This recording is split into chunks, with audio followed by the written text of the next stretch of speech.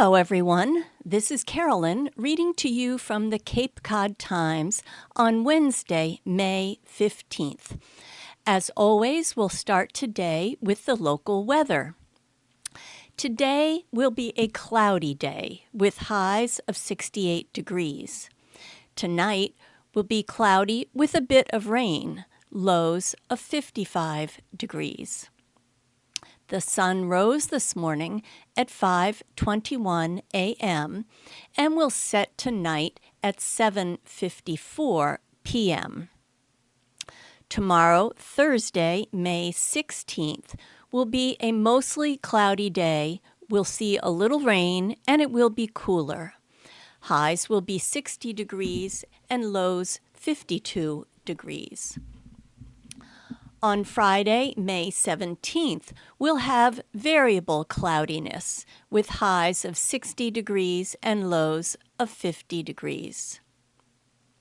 Saturday will be a cool day with some low clouds around, highs 55 degrees and lows 49 degrees. And finally, on Sunday, it will continue to be a cloudy day with a lot of low cloud cover. Highs 60 degrees and lows 48 degrees. And now, in other local news, we'll go to the lottery. The numbers for the numbers game yesterday, Tuesday, May 14th, at the midday drawing were 7, 5, 4, and 9. Once again, 7, 5, 4, and 9. The numbers for the numbers game at the evening drawing for yesterday, Tuesday, May 14th, were 5, 0, 6, 3. Again, that's 5, 0, 6, 3. The mass cash numbers for yesterday, Tuesday, May 14th, were 5, 12, 17, 18, 29. Mega Millions numbers for yesterday, Tuesday, May 14th, were 13, 19, 43, 62, 64, with a bonus number of 6. And the Lucky for Life numbers for Tuesday, May 14th were 9, 27, 43, 44, 48, with a lucky ball of 9. If you played any of these games, we wish you the best of luck. And next we'll go to local stories on the front page of today's Cape Cod Times. The first story is entitled 1950s Dresses, Doris Day, Cowboys. Prom Styles Lean Toward Different, by George Costinas, special to Cape Cod Times. Every spring, high school students all over the country get ready for that big event of the senior and sometimes junior year, the prom. While off-Cape dress and tuxedo stores might attract some prom goers and others may shop online, business is still very good for a number of businesses on Cape Cod. With the prom, it is often the first of maybe a handful of times when kids really get to get dressed up, said Missy Jones, owner of Wicked Thrift in South Yarmouth. On Cape Cod, some high schools have already had their proms, but several are upcoming, including Falmouth High School and Dennis Yarmouth Regional High School on Saturday. At least 300 gowns purchased. At Seaside Bridal Couture in Hyannis, 300 or more girls purchased dresses this year for the prom, said Melanie Wayburn, the store's owner. It is part of the store's business that has been growing every year, she said. Dresses, on average, cost about $400 and can be as much as $700. But there are some on sale for around $150 to $250. The customers come from local schools, said Wayburn, but they also come from off-Cape towns, such as Duxbury and Weymouth. A good deal of the prom dress business occurs during school vacations in February and April. During school vacations, we're always busy, Wayburn said. The store also does business in tuxedos for the boys. They come in sometimes to match with the girls' dresses, she said. We make custom ties to match with the dresses. In Sandwich, a niche market. Modern Vintage Bridal does more of a local business, with students mostly from Sandwich and a few from Bourne, said Cara Krupe-Domain, a co-owner, along with Lisa Buckland. Most of the business is for weddings, but the store sold 30 dresses for prom this year. The business was established 5 years ago, and the owners recently opened a new space in the Sandwich Co-op building, where it sells the prom dresses.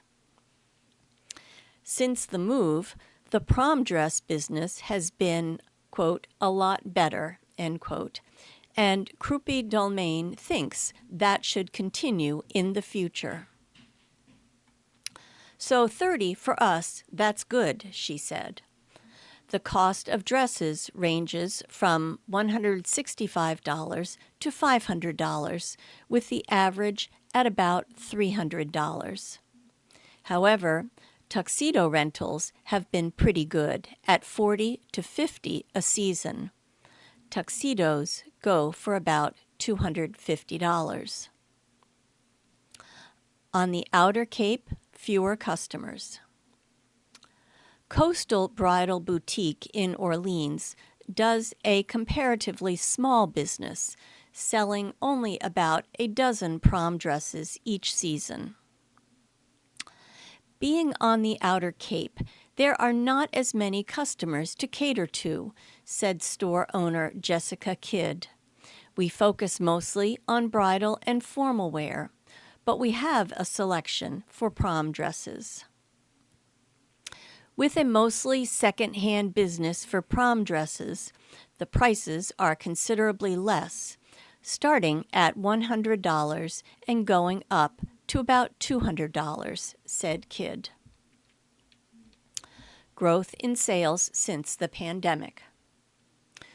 Wicked Thrift, the small consignment store in South Yarmouth, has built up its prom dress business since the pandemic.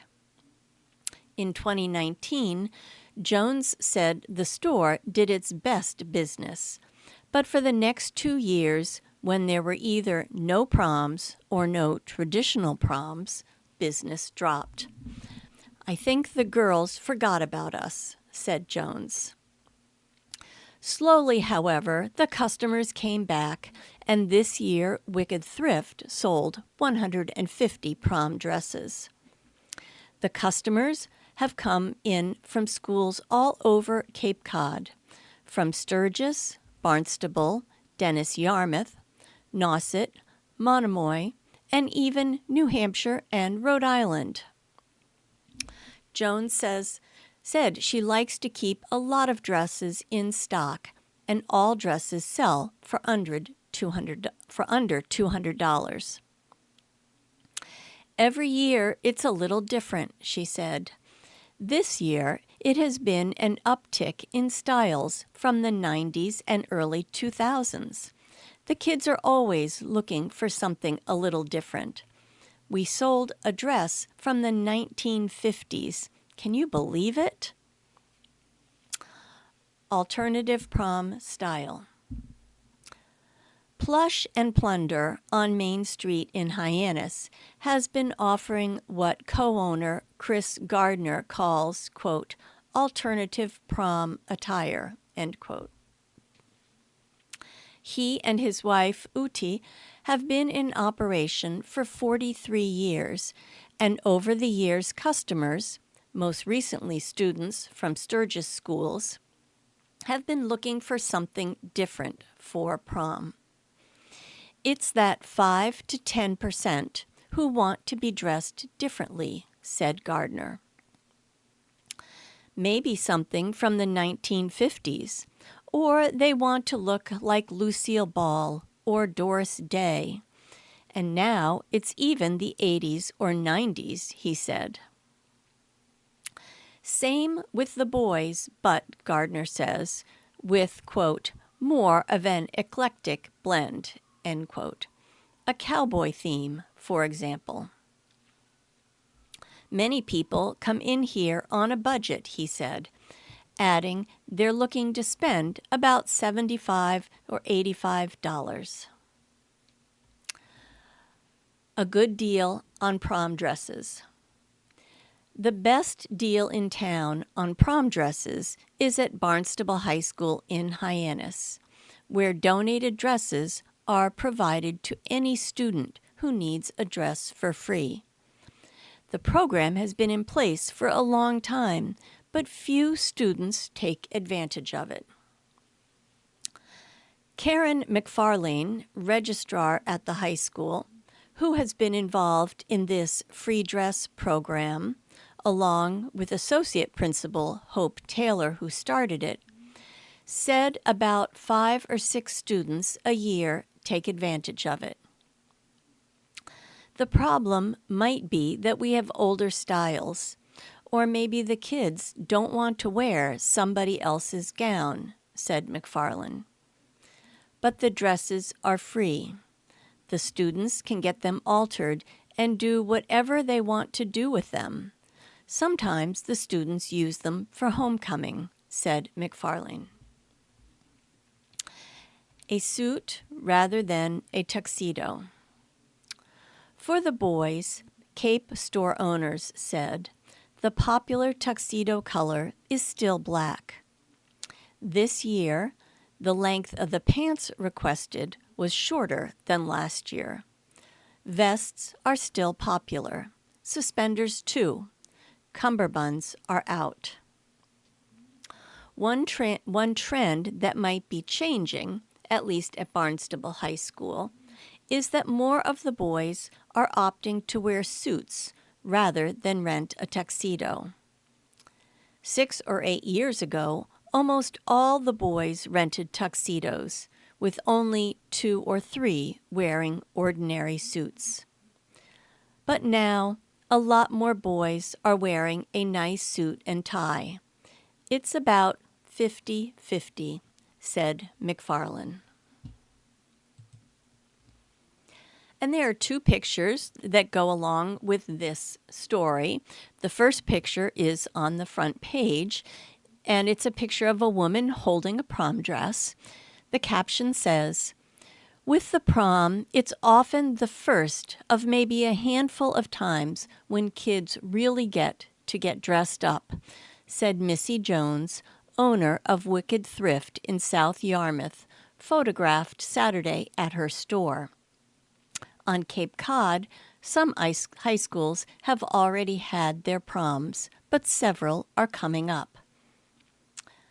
The second picture is also of Missy Jones holding a prom dress with the caption that says, "Wicked Thrift store owner Missy Jones fits a $125 Maury Lee orange floral ball gown onto a mannequin at her South Yarmouth store." The second local story on the front page of today's Cape Cod Times is entitled, "Rock Harbor Wharf Project Clears a Hurdle at Orleans Town Meeting," by Susan Vaughn, special to Cape Cod Times. Orleans town meeting Monday night passed its highest town budget ever at $51 million. The number included $12.9 million for 3 school budgets, a $9 million reconstruction of Rock Harbor's commercial wharf, $150,000 for a new library grant application, and several articles for expanded housing and future town projects. Almost all 50 articles on the newly formatted warrant passed, but not without plenty of questions and comments from voters, as well as Finance Committee members, during a 4.5-hour meeting that started with more than 600 voters and ended with less than 300. One major finance article to fund the Affordable Housing Trust Fund at $512,000 for the year was defeated, 166 to 341. Housing Trust Chairman Alan McLennan explained pending legislation that would increase the eligibility of 1/3 of the workforce for more affordable housing in the town, where the average house price is now $1.1 million. The current rules limit the qualified resident to 80% of the area median income, while the new legislation would increase the median to 200%.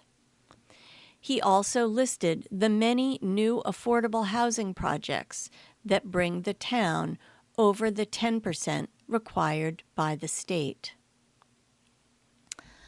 Finance Committee member Lynn Bruneau spoke for the committee's minority of 2, urging the voters to wait for the pending legislation or the fall town meeting.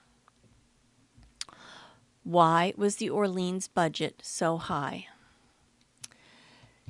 2 Finance Committee members also voted against the fiscal 2025 town operating budget, including Ed Mahoney, who noted the first $50 million budget and increases averaging 7% a year for the last 3 years.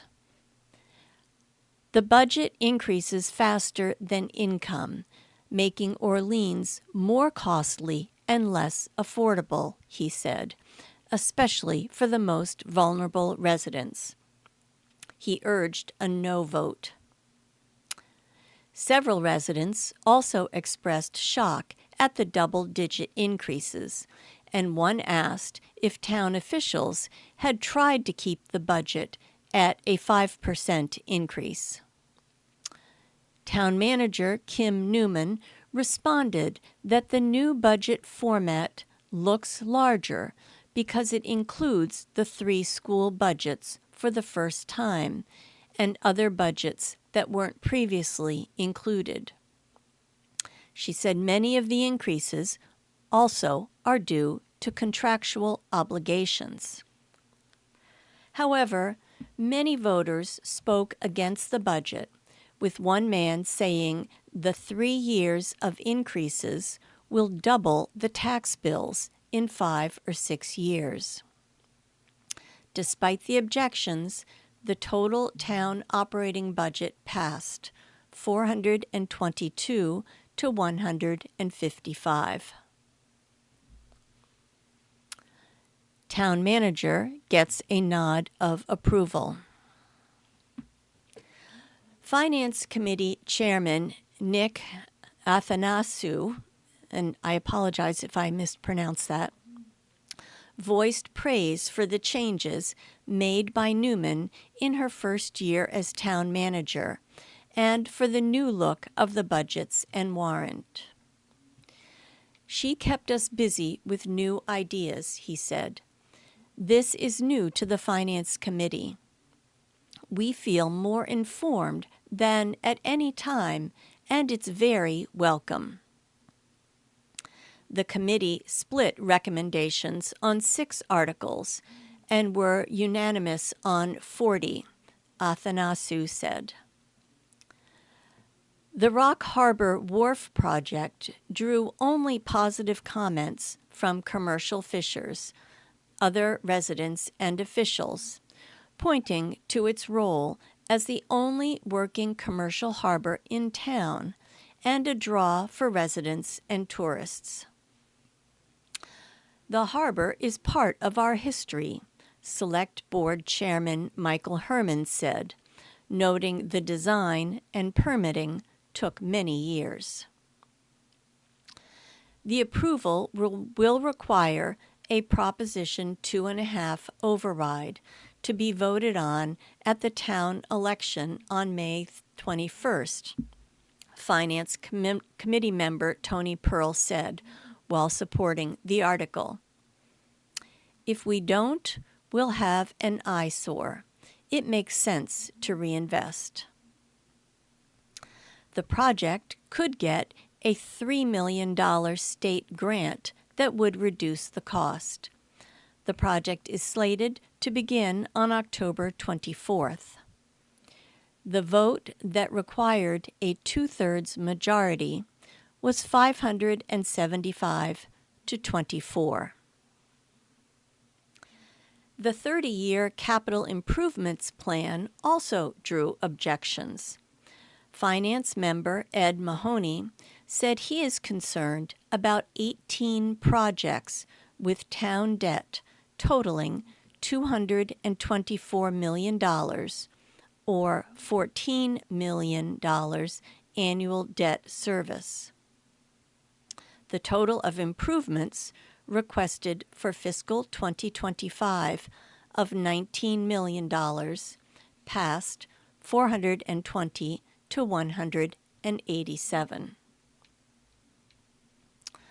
Vote paves way for path to Nauset Beach. An article that asked for $85,000 to fund a multi-use path from Main Street to Nauset Beach on Beach Road drew both pro and con comments from residents of that area. We envision this as important to the neighborhoods along Beach Road. Alice Thomason Van Oot, Planning Board Chairwoman and the Advisory Committee on the proposal, said, 4 design options would be put forth. Several Beach Road residents were worried how the project would affect their properties and urged a postponement or a no vote. However, Libby Callahan of Beach Road strongly supported the article, pointing to the dangers to pedestrians and cyclists on the heavily trafficked road. The article passed 332 to 69. A Skakit Beach management plan funded by $80,000 in free cash passed on a voice vote, as did a design for Depot Square at $70,000. A proposal to establish new guidelines for the early education and care program that would allow more families to receive tuition help for children under 3 and over 4 drew some questions, but passed 210 to 73. Six zoning bylaws on expanding housing opportunities passed by 2/3 majorities. An approved Eldridge Parkway campus study costing $150,000 would focus on a future fire station, elementary school, and other community facilities. And now we'll go to local stories on the Cape and Islands page. The first story is entitled, Here's How Chatham Voted During the Annual Town Meeting, by Zain Razak, Cape Cod Times, USA Today Network. Town meeting voters easily rejected a new Chatham Airport approach map Monday night. The vote count was 158 for the article and 306 opposing it. About 500 voters gathered in the gymnasium at Monomoy Regional Middle School to participate in Monday evening's annual town meeting. All 47 articles on the warrant were decided, and a second night is not needed. Many residents spoke against the airport article, worrying about expansion and raising environmental concerns about trees being cut around the area. Airport officials said the new map is a safety issue that would make the town bylaws conform with federal guidelines. It's called a municipal airport for a reason. I'm not sure why the Airport Commission is attempting to make it more commercial friendly, said Susan Wilcox, a former airport commissioner. The article called for replacing the February 1958 Chatham Airport approach zone map in the town's general bylaws with a new version meant to implement the Airport Commission's ongoing efforts to improve safety for pilots, aircraft passengers, and everyone on the ground in the airport's vicinity, according to the warrant. The town said the current map is outdated because since 1958, there have been several changes to the airspace used by aircraft arriving and departing the airport, including regulatory input from the Federal Aviation Administration. Charging stations at the Chatham Airport. An article for charging stations for electric vehicles at the airport also failed, with 177 supporting the measure and 348 opposing. Chatham's $40 million town budget.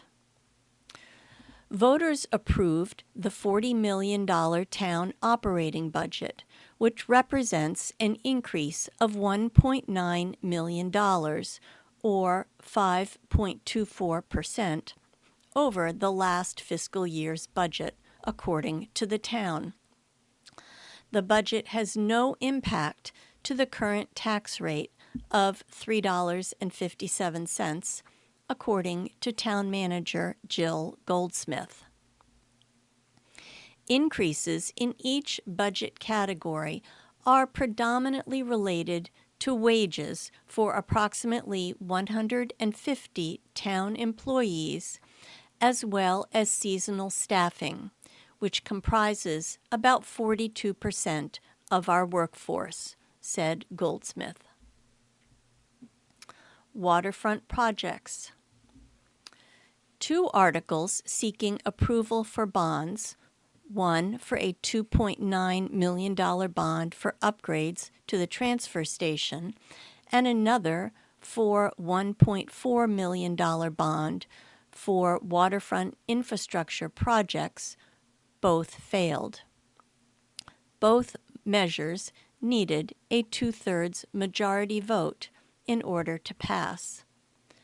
The bond for the waterfront projects would have helped cover the cost to finish the 90 Bridge Street project.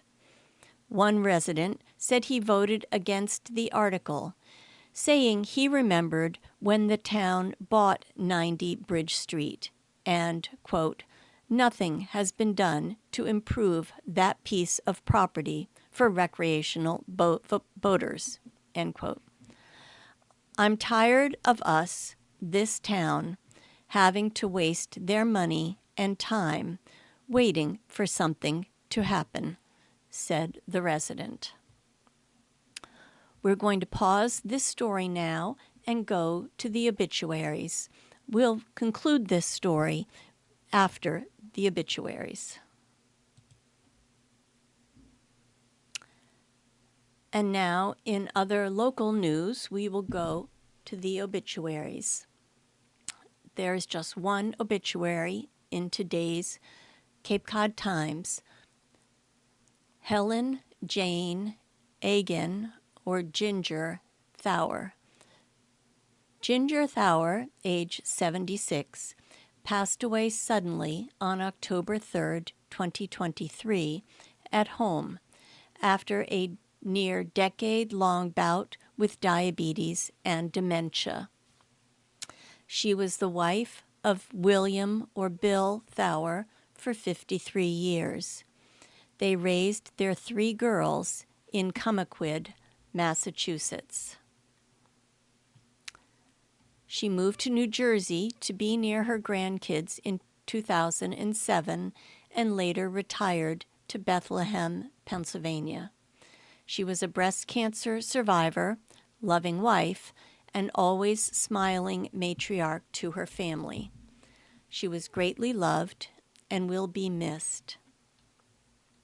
Funeral Mass will be held on Saturday, May 18th, 2024, at 11 a.m.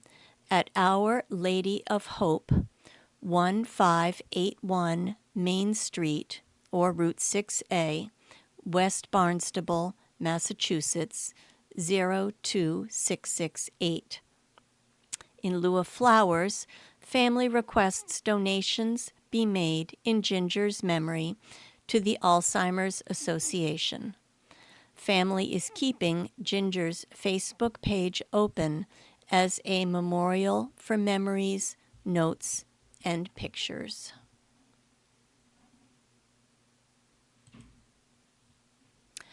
And now we'll go back to the story that we were reading prior to the obituaries. That story is entitled, "Here's How Chatham Voted During the Annual Town Meeting." Monomoy Regional Middle School and Housing. An article seeking $2.5 million to renovate and reconstruct the exterior siding of Monomoy Regional Middle School passed. About 75% of the project will be paid for by Harwich, while the rest will come from Chatham. But the whole amount needs to be appropriated. A citizen petition that would allow the Select Board to pursue purchasing year-round housing occupancy deed restrictions was indefinitely postponed, with some voters saying more time was needed to examine the article. And next we'll go to a front page state news story. That story is entitled, "What to Know as the Real ID Deadline Nears," by Veer Mudambi, Worcester Telegram and Gazette, USA Today Network. The deadline is less than a year away to get your real ID. Starting May 7th, 2025, every air traveler 18 and older will need a Real ID compliant driver's license to board domestic flights or enter certain federal buildings. There are alternative documents that the TSA will accept, but a driver's license is far and away the simplest option. A year may seem like plenty of time, but remember, everyone's thinking that.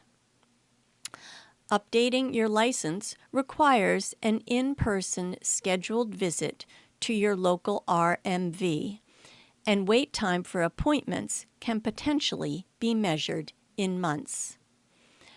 Again, this may not seem like a big deal, but you only have 12 of them, especially if you have any spring travel plans next year. How do I know if I have a real ID?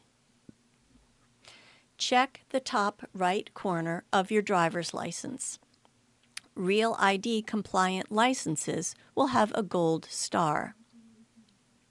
What do I need for a Real ID? You need to bring 4 documents to your appointment. We're also including some easy-to-find examples. Mass.gov provides a full list of examples of each kind of documentation. 2 proofs of Massachusetts residency. One of these can be as simple as your current driver's license. The other could be a piece of government, federal, state, or municipal, mail, or bills such as cell phone, credit card, utilities, sent to your home in the last 60 days. Proof of full Social Security number. For most, this will simply be the Social Security card.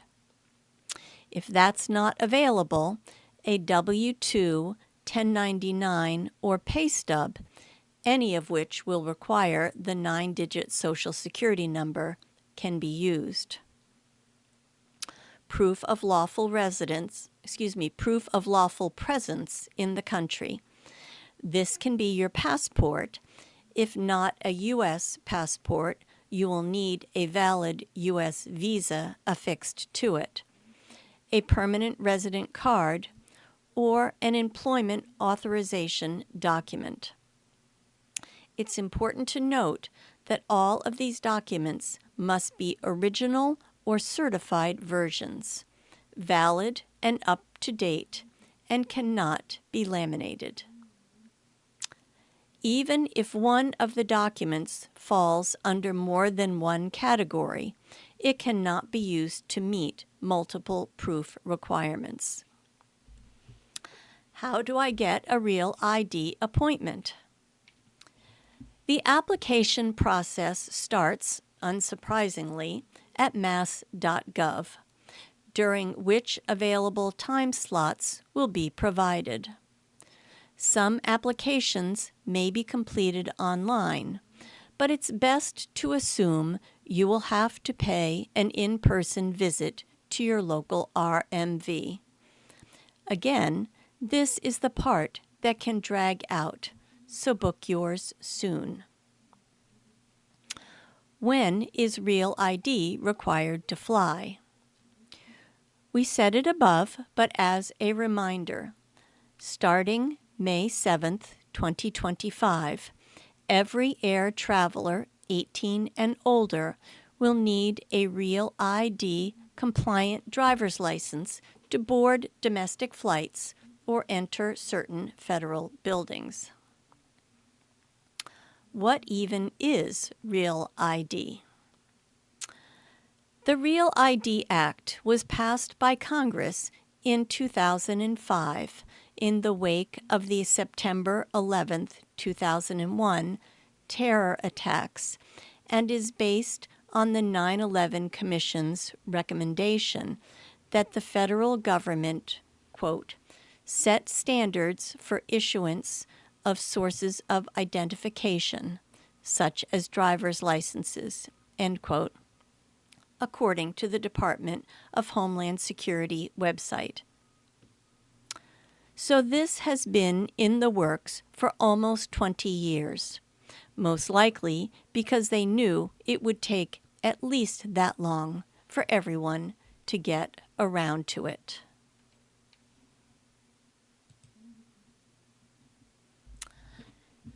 And in another state news story, this one is entitled Brimfield to Wellfleet.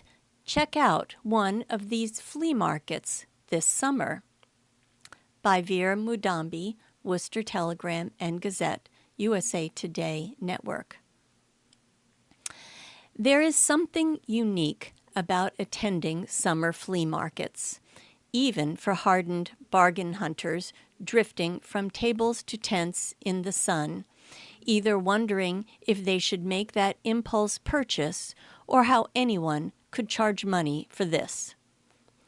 Massachusetts has a variety of places for bargain hunting, appraisals and haggling, including Brimfield Flea, one of the biggest in the country that Martha Stewart has been known to visit, and that the HGTV show Flea Market Flip sometimes films at. We gathered a list of some of the biggest places to either peruse the wares or hawk your own. Brimfield Antique Flea Market. Where? 1 Main Street, Brimfield. Dates: May 14th to 19th, July 9th to 14th, and September 3rd to 8th. Admission and parking varies by field. Some may charge a $5 admission. Parking also varies, but does not exceed $10. What to know? The reigning champion of New England flea markets, Brimfield has 3 dates through the spring and summer, and is possibly the oldest ongoing flea market in the country. The market is divided into multiple fields, many with their own unique style, as well as admission and parking. Many have free admission. The first session in May is considered the busiest out of all 3. Pet policy varies by field. Rieta Flea Market. Where? 183 Gardner Street, Hubbardston. Dates: Sundays until November. Depends on weather. Admission and parking free. What to know? Almost as old as Brimfield, the Rieta Flea Market started in 1966 with about 10 sellers. Almost 60 years later, it hosts up to 650 vendors. Grab a burger and some refreshment at the Long Ranch Bar. Open for the 2024 season as of April 14th. The market will be a regular Sunday event until mid-fall. No pets allowed. Raynham Flea. Where? Intersection of Route 24 and 44 West, Raynham. Dates: every Sunday, year-round. Admission and parking: $1.50 for adults, $1 for seniors, children under 12 free. What to know? Though Raynham is open year-round, warm weather can only enhance the experience. The indoor section is over 60,000 square feet and accommodates over 500 vendors, 5 snack bars, and a full restaurant. Outdoors there is a further 10 acres. SOA Open Market. Where? 100 Harrison Avenue, Boston. Dates: every Sunday from May through October. Admission and parking. Admission is free. Street and metered parking is free in Boston Sundays. There are paid lots available at 540 Harrison Avenue, 365 Albany Street, 324 and 274 Albany Street. All lots are $10 cash. What to know? Slightly more specialized, SOA, short for South of Washington, is a farmers and artists market. In addition to vendors, the market encompasses a number of retail shops, as well as food trucks for a snack while you browse the studios and galleries. Wellfleet Drive-In Flea Market. Where? Wellfleet Drive-In Theater, 51 State Highway, Route 6, Wellfleet. Dates, Saturdays and Sundays. Admission varies by vendor count that day, $1 to $3 per car. What to know? Located at the iconic Wellfleet Drive-In Theater, the flea market boasts up to 150 vendors. Though there is the expected level of variety from a flea market, visitors will definitely notice a Cape Cod theme. As well as browsing, bargain hunters can take a break with a movie, the dairy bar, or even a game of mini golf. Yankee Flea Market. Where? 1311 Park Street, Palmer. Dates, year-round, Tuesday through Sunday. Open Mondays during Brimfield Antique Show. Admission and parking free. What to know? Don't want to add that weather permitting qualifier to all your flea market plans? Yankee Flea Market is for you. Declared the largest indoor flea market in New England, Yankee Flea Market hosts over 200 vendors thanks to a recent expansion this year in a 16,000 square foot indoor location, open during Brimfield Antique Show Mondays. Elephant's Trunk Flea Market. Where? 490 Danbury Road, Route 7/202, New Milford, Connecticut. Dates, Sundays, April through December. Admission and parking. Price based on admission time slot. Early buyers, $20 for 5:30 to 7 a.m. Buyers, $10 for 7 to 8 a.m. and general admission, $3 for 8 a.m. to 2 p.m. What to know? Like its namesake, the Elephant's Trunk dwarfs many other flea markets in the region. With a mix of antique dealers and farmers market, the Trunk, as it has come to be known, has been going strong since its 1976 inception. No pets allowed. The Providence Flea. Where? Farm Fresh Market Hall, 10 Sims Ave, Providence, Rhode Island. Dates, opens June 2nd and every Sunday until September 15th. Admission and parking free. What to know? Despite its name, Providence Flea states, "We're not really a flea market," citing its curated selection of vendors drawn from small businesses selling artisanal products. Same goes for food on offer, all locally sourced and homemade.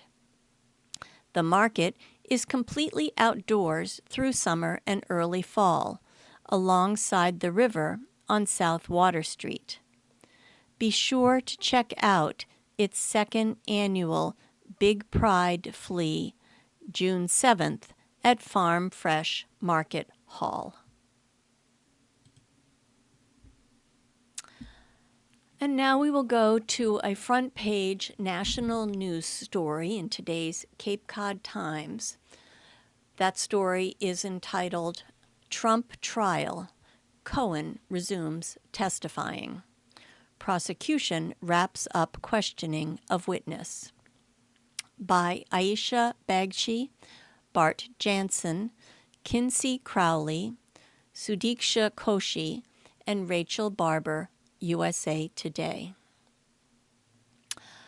On the witness stand Tuesday, Michael Cohen spelled out the core of the prosecution's case in former President Donald Trump's hush money trial.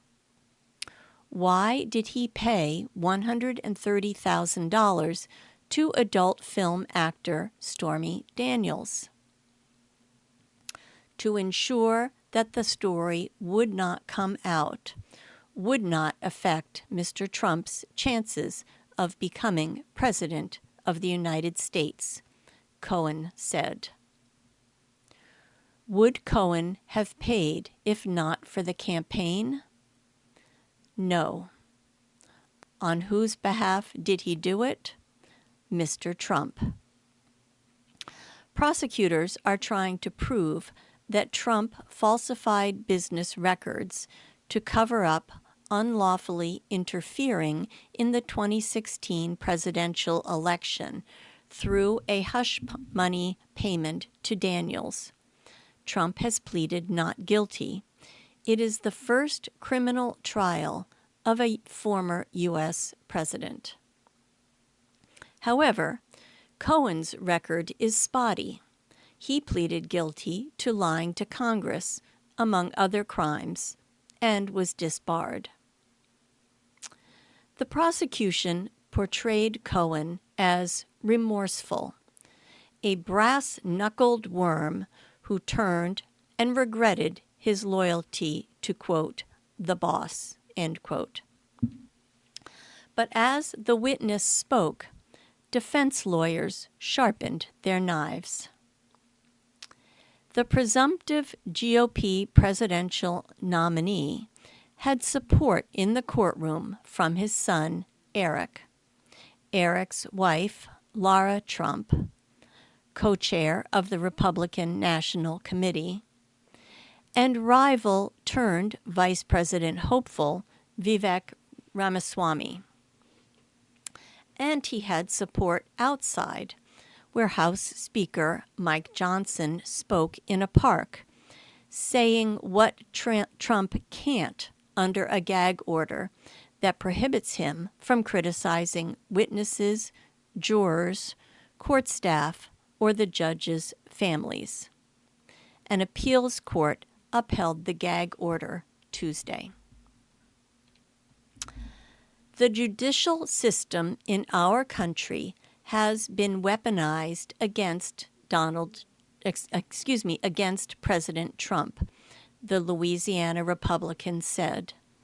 The system is using all the tools at its disposal right now to punish one president, to provide cover for another. There's no evidence that Biden is behind the hush money trial. As for the prosecution's star witness, Cohen was, quote, on a mission for personal revenge, end quote. Johnson said, he has a history of perjury and is well known for it. No one should believe a word he says today. Fake invoices. On the stand Tuesday morning, Cohen said he submitted invoices that falsely stated they were for a retainer agreement or services rendered in 2017. He had already told jurors Monday that these payments were in fact reimbursing him for paying Daniels $130,000, as well as reimbursing him for another expense and padding his 2016 bonus. Prosecutor Susan Hoffinger displayed a series of checks for those payments. Several had Trump's personal signature, Cohen said, confirming earlier witnesses. Cohen admitted that he wanted to cash in as the president's personal lawyer. He said he made $4 million from clients around that period. Anticipating the defense, Hoffinger addressed one lapse in honesty directly. a February 8, 2018 statement Cohen's lawyer made to the Federal Election Commission. The statement referred to Ms. Clifford, Daniel's legal last name. It said, "Neither the Trump Organization nor the Trump campaign was a party to the transaction with Ms. Clifford, and neither reimbursed Mr. Cohen for the payment directly or indirectly." The sentence was literally true, but intentionally misleading, Cohen said. Trump's revocable trust and Trump himself reimbursed him. Cohen later pleaded guilty to campaign finance violations, including in relation to the Daniels hush money. Judge Juan Merchan told jurors that they could not consider the Federal Election Commission's investigation when determining Trump's guilt. Protection from the president. In 2018, the tables started to turn. The FBI raided Cohen's office. "I was scared," Cohen said. He called Trump. "I wanted some reassurance that Mr. Trump had my back, especially as this dealt with issues that related to him." Trump called him back and said, allegedly, "Don't worry, I'm the President of the United States. There's nothing here. Everything's going to be okay. Stay tough. You're going to be okay." I felt reassured because I had the President of the United States protecting me. His Justice Department should go nowhere. And so I felt reassured and I remained in the camp, Cohen said. That is, he stayed loyal to Trump and continued to lie about Trump's involvement.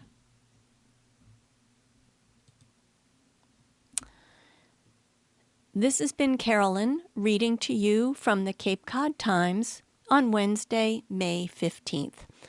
I hope you all have a wonderful day.